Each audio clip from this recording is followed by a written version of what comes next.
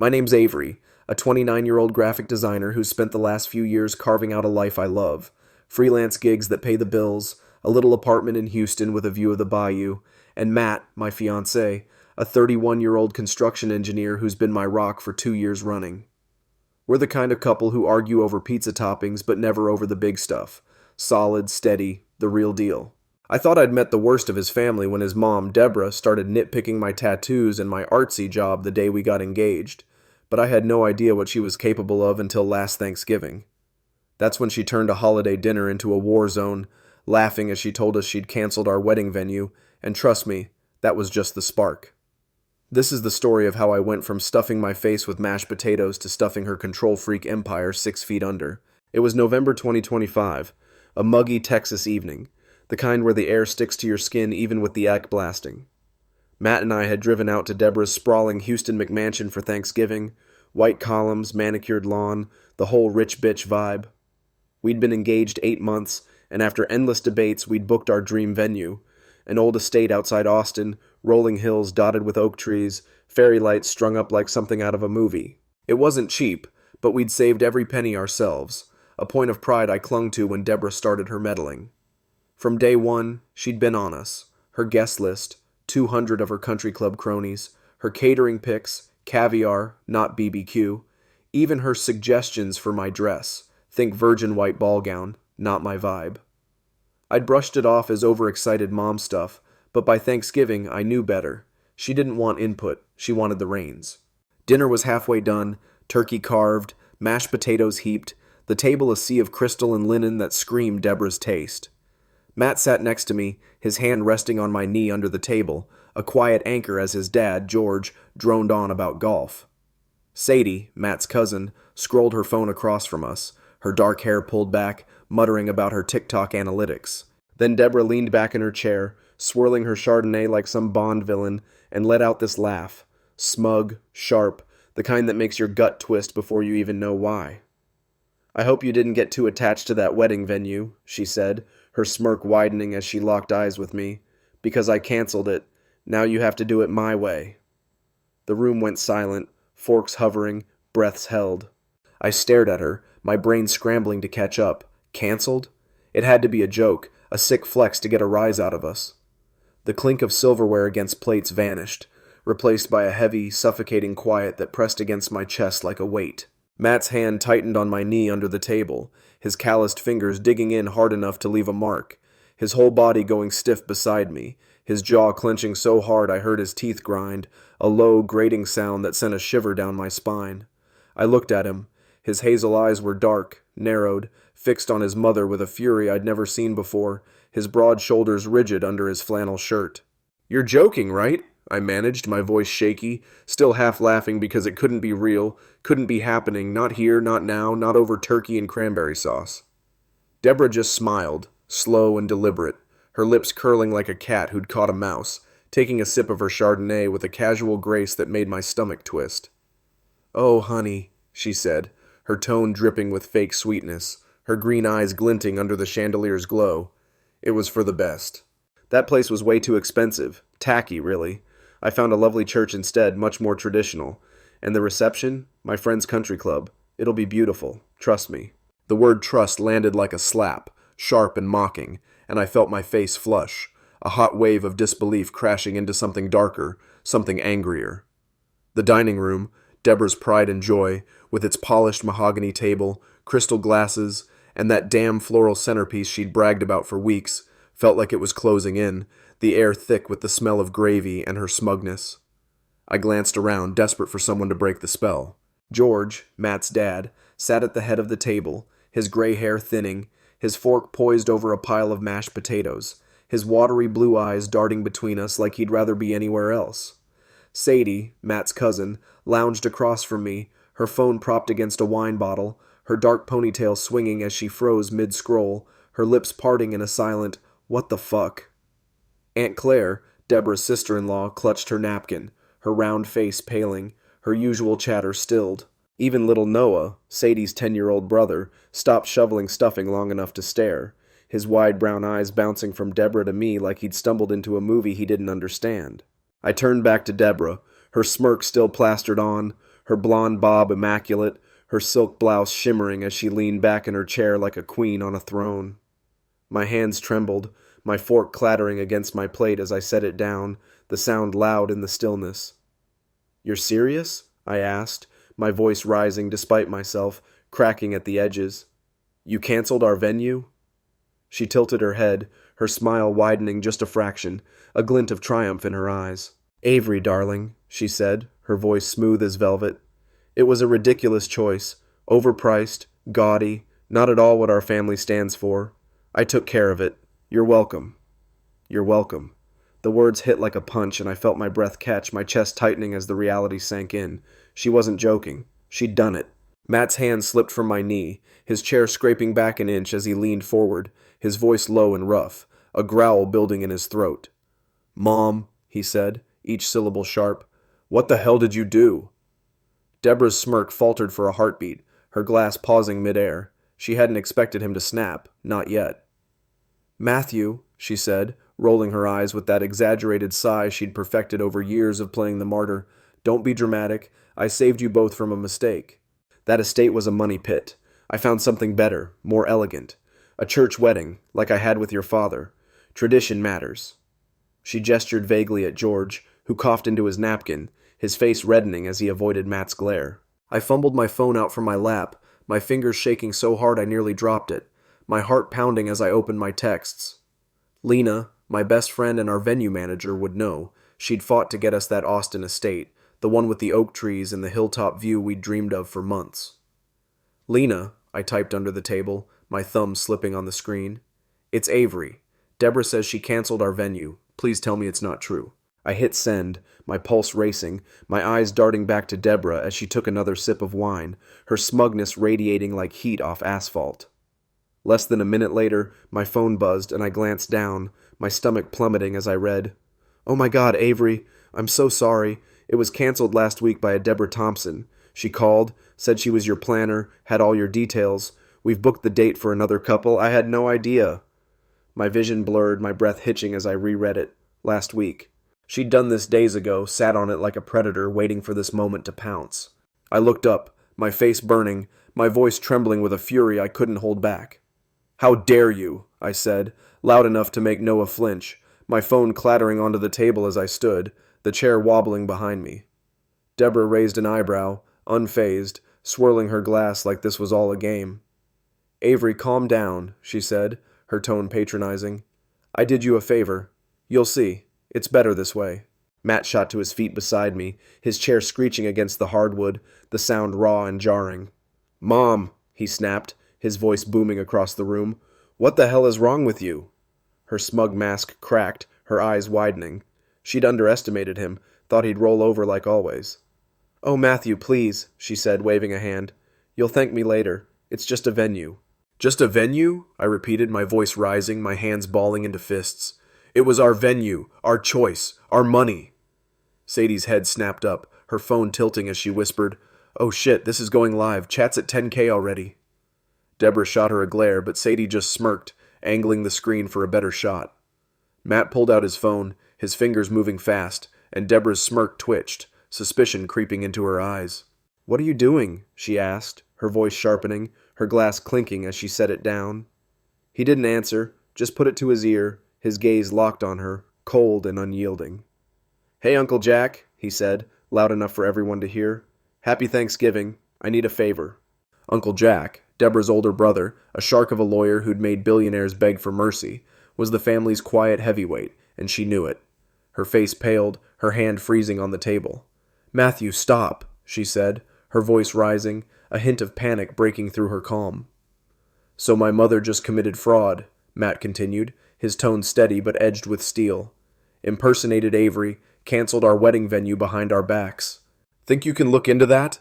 Deborah screeched, a high, piercing wail that made Aunt Claire drop her fork, her eyes wide with shock. "Matthew, stop this right now. You're overreacting." He turned away, still on the call. "She lied to them, probably signed something. Identity fraud, right?" "Matthew," she wailed, leaping to her feet, her wine sloshing onto the tablecloth. "I was trying to help." He spun back, his expression ice cold, towering over her petite frame. "You didn't help," he said, his voice low and deadly. You ruined everything. Fix it. Now. Her face went white, her lips trembling, her control slipping like water through her fingers. Matthew, honey, she said, her tone flipping to desperate sweetness. Let's not ruin Thanksgiving. We're family. His eyes narrowed, his voice cutting through her plea. Family doesn't stab you in the back. Fix it. George cleared his throat, his voice timid. Son, maybe we can talk this out. No, Dad, Matt snapped. She crossed a line. Sadie's voice broke in, gleeful. Chat's at 50K. Team Avery's trending, y'all. Deborah whirled on her, furious. Put that phone down, Sadie.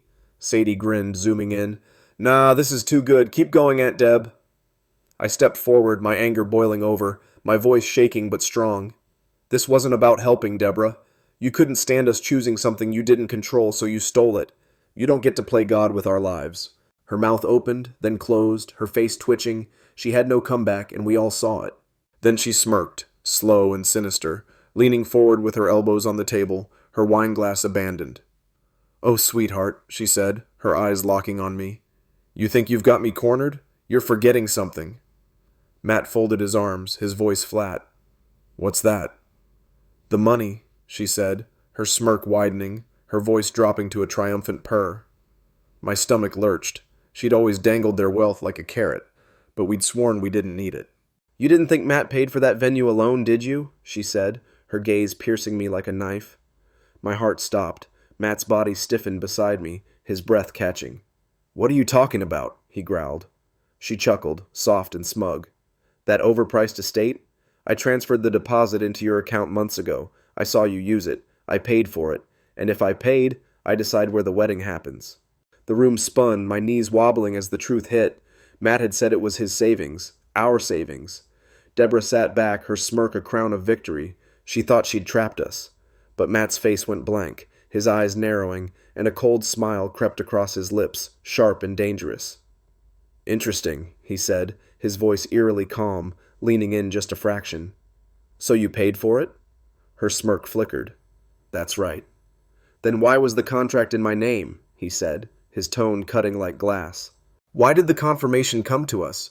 Why did they say it was canceled by someone pretending to be Avery? Deborah blinked, her voice cracking as she scoffed. Don't be ridiculous. Oh, I'm not, he said, tilting his head. If you gifted me that money, I controlled the contract. If you claimed otherwise to the venue, you impersonated us, forged documents, committed fraud. Her eyes darted to George, pleading, but he just stared, his fork trembling in his hand. Matt, she croaked, I didn't... You did, he said, standing tall. And here's the kicker. We're moving the wedding up. Next month. Our way. Deborah gasped, her hands flying to her chest. Next month? You'll never... We already have a place, he cut in, his voice firm. Her face fell. She wasn't invited. Matthew, she whispered, panic rising. Please. No, he said, final as a gavel. We're done. He took my hand, his grip warm and steady. Let's go. We stepped out into the humid night, the screen door banging shut behind us, the glow of Deborah's perfect house fading as Matt's truck loomed ahead in the driveway. My boots crunched on the gravel, my heart still pounding, my breath ragged from the adrenaline surging through me like a live wire. Matt's hand stayed locked in mine, his grip firm and warm, his jaw tight as he yanked the driver's side door open with a grunt. Get in, he said, his voice low but steady, a lifeline pulling me out of the chaos we'd just left. I climbed into the passenger seat, the leather cool against my legs, my hands shaking as I fumbled with the seatbelt. He slid in beside me, slamming his door hard enough to rattle the frame, and for a moment we just sat there, the hum of the engine starting up the only sound between us.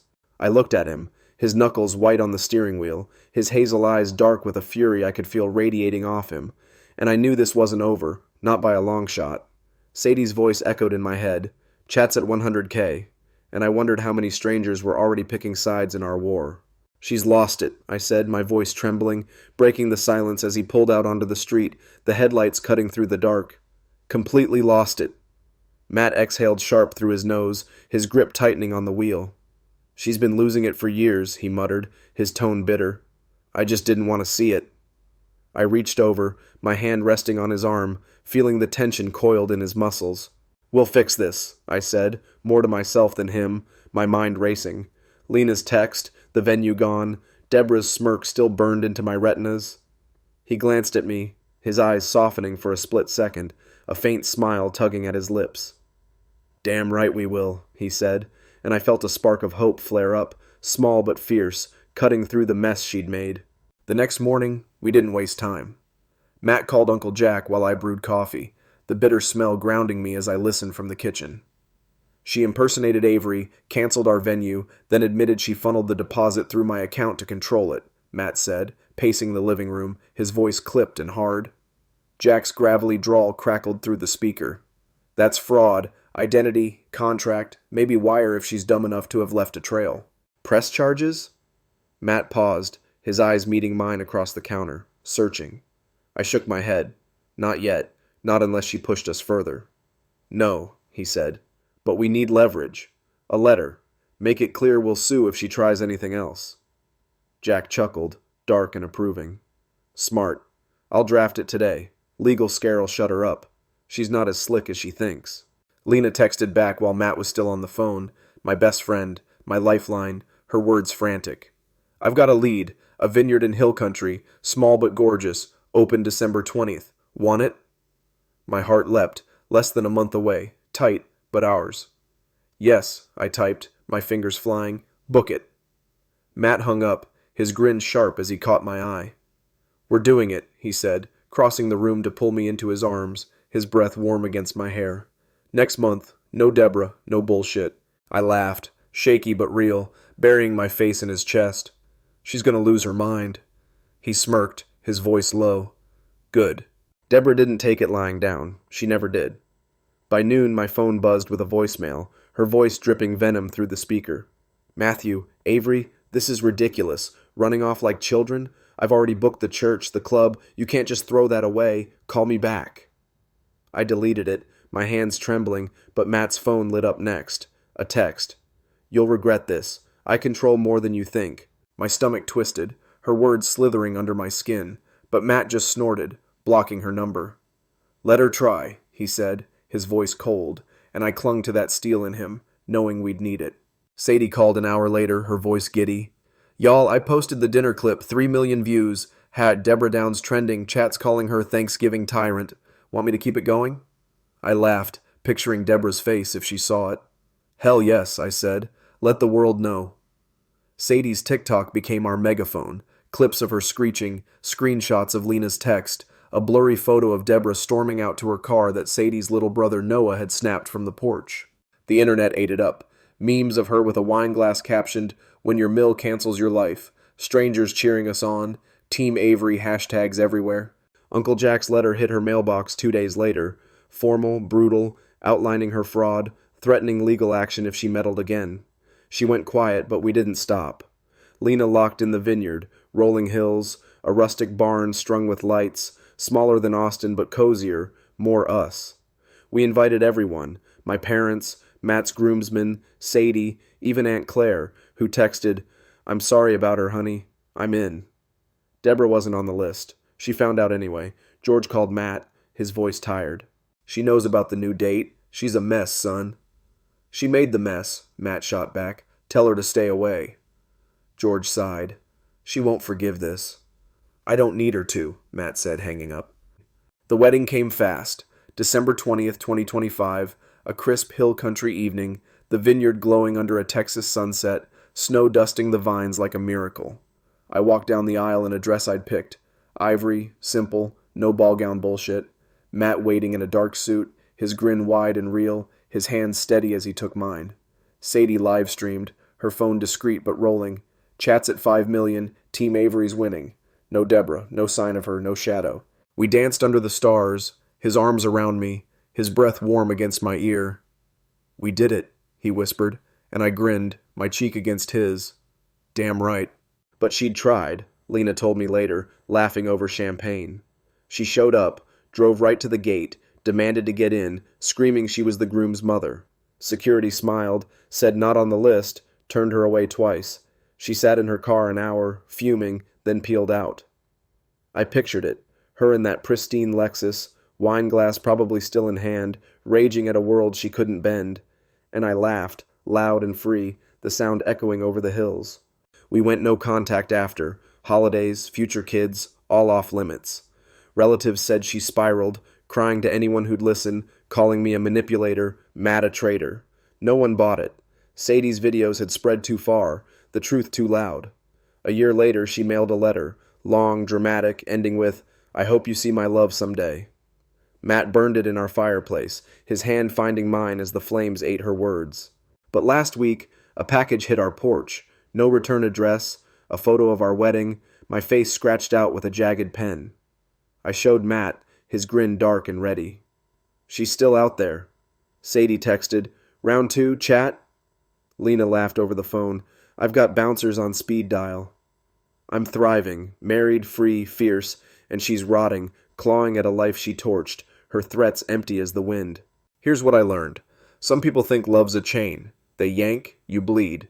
Deborah bet on control and lost, family, power, everything. I learned to cut the links, to fight for what's mine, and damn, it's sweet standing tall. What about you? Ever had a Deborah try to rewrite your story? Drop your battles below, let's hear your wins, your wars. Who's ready to burn their own letter?